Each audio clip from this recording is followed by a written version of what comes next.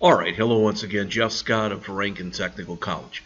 I've been going through a series of video presentations I'm creating for the PowerPoint slides based off of Murox, HTML5, and CSS3 4th edition. This is one of the two textbooks that's being used for the Rankin Technical College AWD Application and Web Development 1000 Web Development Technologies class. So far in here I've gone through, I thought I went through chapters 1 through 8, but for some reason I cannot find my chapter 8 presentation, so I'm going to do that right now. Then I'm going to do 9 and 10.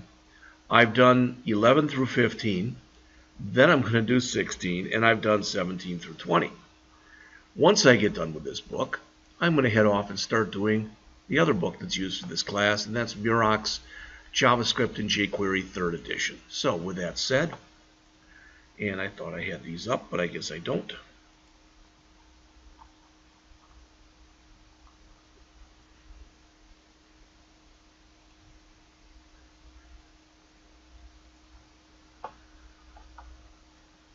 So first it's chapter 8 that we will go through, and as you can see here, chapter 8 is entitled How to Use Responsive Web Design. All right. So we've talked about this in several chapters before, but again, the idea is you would, in an ideal world, you want to make your website not only look presentable, but actually look nice in any kind of medium. So in other words, it doesn't matter if it's a cell phone portrait, cell phone landscape, tablet portrait or landscape, desktop or laptop portrait or landscape. All right, so we'll talk about the components of responsive web design, how you can test for it, and a few other things. Kind of sad because I've done this presentation already, but as mentioned, I can't find it. So as we go on, they show here a website that uses responsive website design. And if you look at it here, you can't tell, but if you go here, you'll notice that here is the same website on a phone in portrait and on a phone in landscape. So here's the three components of responsive web design. You want a fluid layout. In other words, you don't want to be tied down to using pixels and points. Rather, you will end up using M's, or really what I'm starting to use more of rems, all right, which are relative M's for lack of better words, and percentages. Second, the use of media queries. So when your screen size reaches what's typically referred to as a certain breakpoint, you can make things happen or not happen. Finally, scalable images. And how do you test for these? The first says you can deploy your website in a server and then test it on each device. We're going to do number 2 and number 3 basically. And actually means, I guess, number 3, we're going to use the developer tools. All right. So here's a page in Chrome's Web Developer Tools. And what I want to show you is if you hit F12 to get yourself, and I want to put up a web page right now. Doesn't matter what it is. So let's grab this. This is my email page. But if I hit F12 here, all right, this is what it looks like. But if I come over to right here, okay, it says Toggle Device Toolbar. And you'll notice that if I do that, I can see there's how it would look on an iPad, on a Galaxy S5, on a Pixel, a Pixel 2, on an iPad Pro, etc. So it's the second last thing here under the developer tools, and it says Toggle Device Toolbar. Remember, F12 turns it on, F12 turns it off. All right. So, important point, one of the more important slides, if not the most important in this chapter. What you see is on the top they talk about fixed widths. 960 pixels for years was a popular fixed width because it allowed for a little bit of margin on both sides. Now 90%. All right, and inside of here 960, 100%. 600, which is 62.5%, 360, which is 37.5%. Again, you notice both your header and your footer are fixed 960 or they're fluid at 100%. What you get out of fluid layouts, I don't want to read to you. They are proportional and scalable. All right. This is what's nice, is if you use these, you'll at least have the start to responsive web design, even if you have not yet used media queries. All right. They give you this formula that's in here. Target divided by context times 100 equals the result. You can figure that out. Okay. So again, how did they get the 960? Basically, it's the 1024, 90% of that. Okay. Here's the relative units. The V is for vertical, so vertical height, vertical width, vertical minimum, and a width maximum. But relative units, that's the important thing. We're always talking in here about not using pixels and points because they're absolute units. So if you look at this, the idea is this is supposed to look nice regardless of what's called the viewport size, which is, basically how many pixels wide your screen is.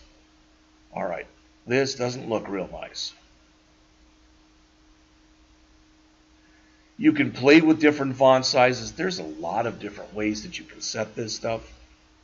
All right. If you look right here, notice when they talk about M's, an M is 16 pixels. So 2 M's would be 32 pixels, 1.5 M's would be 24 pixels, etc. Scalable images in a fluid layout. Here's the key thing. Max width 100%. All right, which basically says try to make the image greedy. Make it take up as much room as it can. On the other hand, if you give it a max width, that you give it a pixel size, then up to 400 pixels, it'll take up to 100%. But after that, it'll only take up 400 pixels. Here's a page with fluid layout, and there is a web page on a mobile device without a fluid layout and with. Okay. This viewport, this thing right here, in a nutshell, viewport is whatever medium you're using to view the web page at. This says content width equal device width. Means use 100% the width of the screen if you can. Set the scaling for 100%. So by default, we don't want to set this where you can pinch and drag and make it a lot wider. That doesn't usually make a lot of sense on a phone. Common properties for screen media type.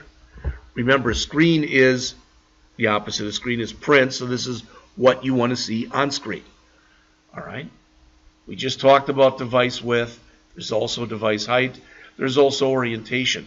One of the courses I'm teaching right now is a class that starts by going over Java, and now we're into Android. And a couple of my students for their final project are considering making games, and they want the orientation set at landscape where it cannot change, as an example. Here's a typical media query, and as it says, screen only, max width 767 pixels, so that's 767 or less. Here you can give it a range, so there's both a minimum of 480 and a maximum of 767. Typically, when you create these media queries, you put them at the bottom of your CSS. And with desktop first, you go from biggest to smallest. With mobile first, you go from smallest to largest. It really doesn't matter which way you do it. Here's an example of what's called Slick Nav, which is a jQuery plugin. This right here is, typically it doesn't have the word menu on it, but right there that's referred to as a hamburger menu with the 3 bars. When you get small enough, if you've got a navigation bar along the top here, it changes, and this is all you have with the bars, and you click on there, and then it opens up your menu. You click again, and it goes away. All right. So here's that speaker page on a desktop. Looks nice. In mobile, a lot of times when you go mobile especially, you may decide that you don't want the picture, but at a minimum, typically what you're going to do is you're going to change the way your menu looks, and you're going to take this aside and you're going to stack it over here. All right. So they show you the associated HTML there. I'm not going to go through that. We're going to be doing this basically, just so you know, we will be doing this. All right. Here's a fluid design.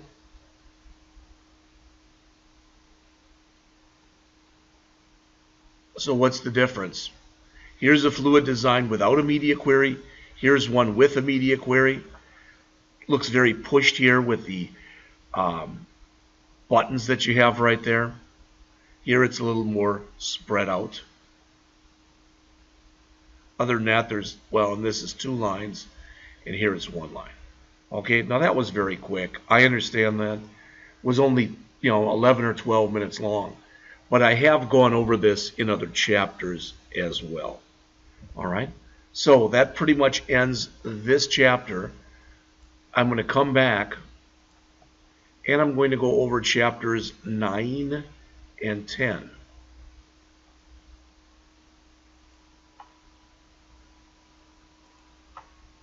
Chapter 9, which we'll go through first,